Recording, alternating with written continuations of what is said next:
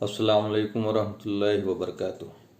इससे पहले भी मैंने एक वीडियो बनाया था एथिस्ट के ऊपर, नास्तिक के ऊपर, कि जो लोग मालिक के होने का इनकार करते हैं तो उसको किस तरह की दलील अल्लाह ख़ुद जो है कुरान में देता है। आज मैं उसी चीज़ को आगे बढ़ाते हुए दूसरी दलील की तरफ मैं बात करूँगा। अल्लाह ताला ने जब सारी रूह को, सारी आत्माओं को एक बार पैदा कर दिया स्वर्ग में, और उन सब से अल्लाह ताला ने गवाही ली। अल्लाह ताला ने पूछा अलस्तु बिरब्बिकुम क़ालू बला शहिदना। अल्लाह ताला ने पूछा क्या मैं तुम्हारा रब नहीं हूँ? तो सारी रूह ने, सारी आत्माओं ने एक बार में कहा क्यों नहीं, हम गवाही देते हैं। तो ये बहुत इम्पोर्टेंट बात है कि सारी रूह ने गवाही दी अल्लाह के होने का, और ये गवाही इसलिए ली गई ताकि क़यामत के दिन ये रूह, ये आत्माएं अपने मालिक का होने का इनकार ना कर सके। और उसके बाद अल्लाह का रहम, अल्लाह का करम कि ये हमेशा से याद दहाने के लिए अवतारों को भेजते रहे, नबियों को भेजते रहे, रसूलों को भेजते रहे, और आखिरी रसूल मोहम्मद सल्लल्लाहु अलैहि वसल्लम है। अल्लाह ताला ने जब सारी रूहों को पैदा करने के बाद आदम अलैहिस्सलाम की तख्लीक की और हव्वा अलैहिस्सलाम की तख्लीक की, तो उनको जन्नत में, स्वर्ग में पैदा किया, उनको स्वर्ग में रहने को दिया, जन्नत में रहने को दिया। ये बहुत इम्पॉर्टेंट पॉइंट है कि हमारी पैदाइश और हमारा असल जगह, हमारा असल मकाम, जो हमारा असल घर जो है वो स्वर्ग है, जन्नत है। और उन्हें एक ख़ास पेड़ का फल खाने को मना किया गया था, लेकिन शैतान, जिसको इब्लीस कहते हैं, उन्होंने इनको बहकाया और वो पेड़ का फल खा लिए। तो उसके बाद जो है ये बहाना बना ज़मीन में उतरने का। तो जब इनको उतारा गया ज़मीन में, अब हमारा घर तो जन्नत था, स्वर्ग है, अब हमें उतार दिया गया ज़मीन में, आदम अलैहिस्सलाम को और हव्वा अलैहिस्सलाम को और साथ में शैतान को भी। तो अल्लाह ने एक ख़ास हिदायत दी, एक ख़ास इंस्ट्रक्शन दिया, और उसमें सूरह बकरा में 38 और 39 नंबर की आयत है, वो बहुत इंपॉर्टेंट हमारे लिए। ये एक्चुअली फंडामेंटल बेसिक प्रिंसिपल है सारी इंसानियत के लिए। बिस्मिल्लाहिर्रहमानिर्रहीम, सूरह बकरा की 38 नंबर की आयत है, कुल नहबितू मिन्हा जमीआ फ़इम्मा यातियन्नकुम मिन्नी हुदन फ़मन तबिअ हुदाया फ़ला खौफ़ुन अलैहिम वला हुम यहज़नून। हमने कहा उतर जाओ यहाँ से, और उसके बाद एक ख़ास इंस्ट्रक्शन दिया कि जब भी कोई हमारे तरफ से हिदायत लेके आएगा, इंस्ट्रक्शन लेकर के आएगा, किताबें लेके आएगा, इंस्ट्रक्शन मैनुअल लेके आएगा, कोई गाइड लेकर के आएगा, कोई नबी आएगा जो तुम्हें हमारे बारे में बताएगा और सही रास्ता दिखाएगा, तो जो लोग उसकी इत्तबा करेंगे, जो लोग उसकी पैरवी करेंगे, जो उस गाइडेंस को फॉलो करेंगे, जो अतिउल्लाह तो रसूल करेंगे, उसे ना गम होगा ना खौफ होगा। कहने का मतलब है कि उसे दुनिया में भी चैन और सुकून से वो रहेगा, और असल मकाम जो उसका, जो जन्नत था, वहाँ फिर वो लौट आएगा। तो हमें लौटना जन्नत में ही है, हमारा मुकाम जन्नत है, लेकिन उसमें कंडीशन क्या है कि हम, जैसी बात है, जो मेरा मालिक है, जो कायनात का मालिक है, जो रब है, हम उसकी इताअत करने वाले हों। और हम अपने रब की इताअत कैसे करेंगे, अपने रब को कैसे पहचानेंगे, इसके लिए अल्लाह ने वक्त वक्त पे हमेशा से अंबियाओं को भेजते रहे। कुरान में आता है कि हमने इस धरती में कोई ऐसा कौम या कोई ऐसा नेशन नहीं छोड़ा जहाँ अपने अवतार या रसूल ना भेजे हों, ताकि लोगों को रहनुमाई कर सके, लोगों को गाइड कर सके। और आखिरी नबी मोहम्मद सल्लल्लाहु अलैहि वसल्लम ने, उन्होंने भी यही किया। उन्होंने ये नहीं कहा कि मैं खुदा हूँ, उन्होंने कहा कि हम सबका मालिक जो है एक है, और हमें उसी की बंदगी करना है, उसी की परस्तिश करना है। और उन्होंने बाकी डू एंड डोंट्स बताएं कि ज़िंदगी में क्या करना है, बुरे काम से बचने हैं और अच्छे काम करने हैं। उसके आगे 39 नंबर की जो आयत है, वल्लज़ीना कफ़रू व कज़्ज़बू बिआयातिना उलाइका अस्हाबुन नार हुम फ़ीहा खालिदून। जो लोग इनकार करते हैं और झुटलाते हैं अल्लाह की निशानियों को देख करके भी, दुनिया में, इस कायनात में अल्लाह की निशानी बिखरी हुई है, सारा चीज़, जितनी भी चीज़ इस कायनात में है, उस मालिक का क्रिएशन है, उस मालिक का बेहतरीन निशानी है। ये सूरज, ये चाँद, ये धरती, ये आकाश, ये इंसान, ये जानवर, ये पेड़ पौधे, यानी एवरीथिंग। और आप जब उसको देखेंगे तो उस निशानी को देख करके उसके क्रिएटर को आप पहचान जाएंगे कि वो कितना हिकमत वाला होगा, कितना कुदरत वाला होगा, कितना ताकत वाला होगा। तो जो लोग मालिक की निशानी को देख करके भी नहीं पहचानते, उसका इनकार करते हैं और उसे झुटलाते हैं, तो ऐसे लोगों का ठिकाना जो है वो जहन्नम होगा, और वो हमेशा हमेशा के लिए रहेंगे। ये रूह जो है, आत्मा जो है, ये इटर्नल है, उसको हम हिंदी में भी या संस्कृत में भी अमर अमर कहते हैं कि यह आत्मा अमर है। तो अमर का मतलब क्या है? कभी ना मरने वाला, हमेशा रहने वाला, है ना। तो ये जब भी हमारा जो इंतकाल होता है या जब हम मरेंगे तो ये आत्मा जो है वो जिंदा है, सिर्फ बॉडी और आत्मा के निकलने का नाम है ये हमारा डेथ। तो अल्लाह ताला कहते हैं कि मैं सारी आत्माओं को जो क़यामत तक इस धरती पे आएंगी और उस दिन क़यामत के दिन सबको मैं जो है फिर से उनको शरीर में लौटा दूंगा। और ये मेरे लिए कोई बड़ी बात नहीं, जब मैं पहली बार पैदा कर सकता हूँ तो दोबारा भी पैदा कर सकता हूँ।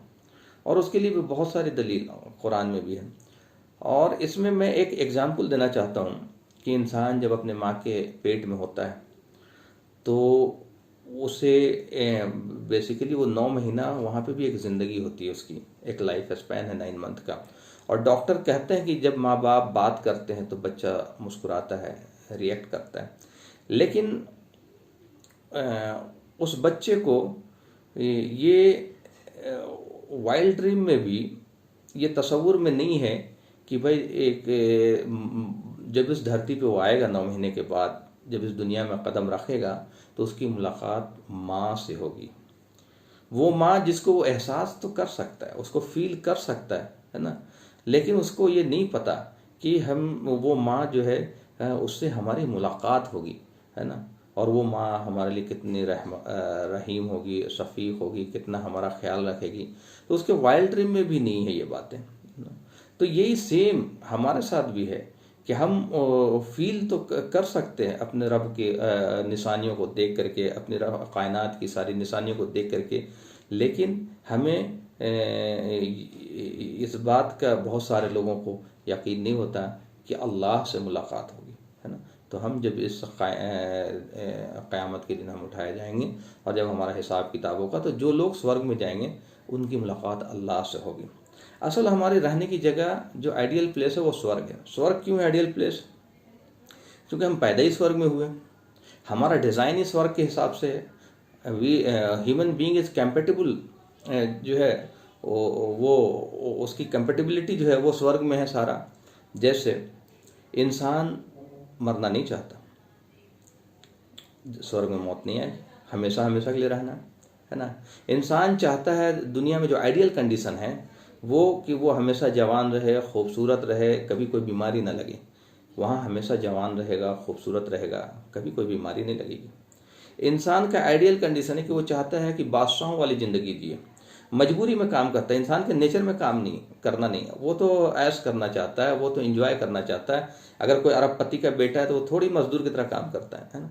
तो वो इंसान की फितरत में ऐश है और वो आराम की, सुकून की ज़िंदगी चाहता है। तो वहाँ वैसी ही ज़िंदगी मिलेगी। और रहने को जो घर दिए जाएंगे वो इतना बेहतरीन गार्डन होगा। जन्नत का मतलब ही होता है गार्डन, स्वर्ग का मतलब ही होता है इतना बेहतरीन गार्डन होगा कि वो बियॉन्ड इमेजिनेशन होगा। उसके बारे में अल्लाह ताला कहते हैं कि न किसी आँख ने देखा होगा, न किसी कान ने सुना होगा, न किसी जहन ने तस्वुर किया होगा।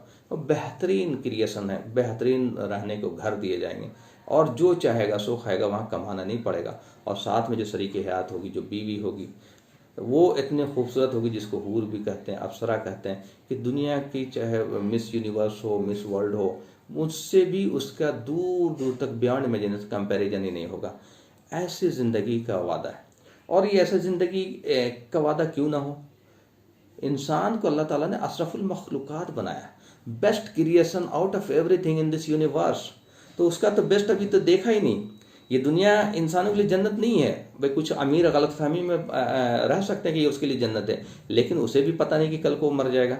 उसे कभी डायबिटीज परेशान कर रहा है, कभी ब्लड प्रेशर परेशान कर रहा है, कभी कोई और बीमारी परेशान कर रहा है ना। वो कभी ठंडा लगता है, कभी गर्म लगता है, तो वो हर पल जीने को स्ट्रगल कर रहा है। एक आदमी भूख से मर रहा है, उसके लिए तो जन्नत नहीं है। एक आदमी अपंग पैदा हुआ तो उसके लिए तो जन्नत नहीं है। एक आदमी के ऊपर जुल्म हो रहा तो उसके लिए तो जन्नत नहीं है। गरीब है उसके लिए तो जन्नत नहीं है। तो ये गलतफहमी, ये मुगालता कुछ अमीरों को ज़रूर हो सकता है कि ये जन्नत है, ये स्वर्ग है, जबकि ये मुगालता नहीं होना चाहिए। चूँकि जन्नत है तो फिर हमें हमेशा रहने देना चाहिए था। फिर हमेशा मालिक ने, ईश्वर ने हमें क्यों नहीं यहाँ छोड़ा, हमें मृत्यु क्यों दे रहा है? तो जब हमें दूसरे दिन का ठिकाना नहीं तो ये जन्नत कैसे हो सकता है? है ना। तो ये तो इस दुनिया से दिल लगाना या दुनिया के अट्रैक्शन के पीछे पागल होकर के अपनी आखिरत बर्बाद करना, ये तो सबसे बड़ी बेवकूफ़ी वाली बात होगी, है ना। तो असल चीज़ ये बहुत बड़ा जो ऑब्जेक्शन है एथिस्ट का, उनका ऑब्जेक्शन ये है कि भाई मालिक को किसने पैदा किया। तो भाई मालिक को किसने पैदा किया ये हमारा कंसर्न नहीं है।